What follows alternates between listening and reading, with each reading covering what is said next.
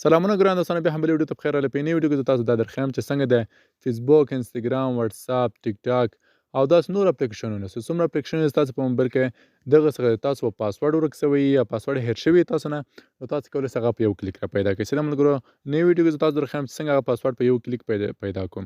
نو ملګرو، په موبایل کې خو پلی سټور هر موبایل کې شته، نو تاسو به راسئ پلی سټور باندې ورته کلیک کړئ څه ده ملګرو، او دلته به په خپل جیمیل باندې ورته کلیک کړئ. دغه نشان باندې داسې ګورئ، دلته په دې خپل جیمیل ورته کلیک کړئ. په دغه ورته کلیک کړئ دلته، او دلته بیا ملګرو په دغه منیج ګوګل اکاونټ باندې ورته کلیک کړئ.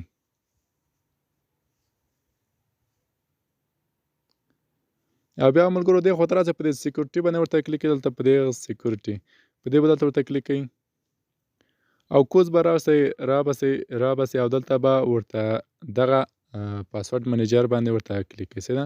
وینئ پاسورډ منیجر، د باندې به داسې ورته کلیک کړئ. نو ملګرو تاسو دلته ګورئ، دلته ما سره فیسبوک ده، کوین بیس ده، پنټرست ده. په دې کې اکاونټونه ما جوړ کړي دي. اوس دلته ماته پاسورډ راته ښیي. څه ده؟ دلته ماته پاسورډ راښیي، د هر یو څه پاسورډ راښکاره شوي دلته یې راته ښیي. نو زه ملګرو هلته په دې کوین بیس باندې ورته کلیک کوم. څه ده؟ دغه ده کوین بیس. دلته به د خپل د موبایل لاک دلته ورکړئ، دغه ده.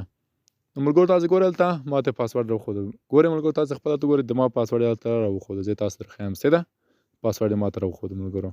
نو دې جګه زه کولی شم پاسورډ ووینم او بیرته یې کاپي کړم او خپل فیسبوک یا کوین بیس ته ورکړم او خپل اپلیکیشن بیرته روان کړم. که د انسټاګرام یې، که د فیسبوک یې، که د واتساپ یې، که د ټیک ټاک یې، تاسو هر یو کوډ چې ورک شوي، پاسورډ ورک شوي یا هیر شوي وي، نو تاسو کولی شئ په دې طریقې هلته پیدا کړئ.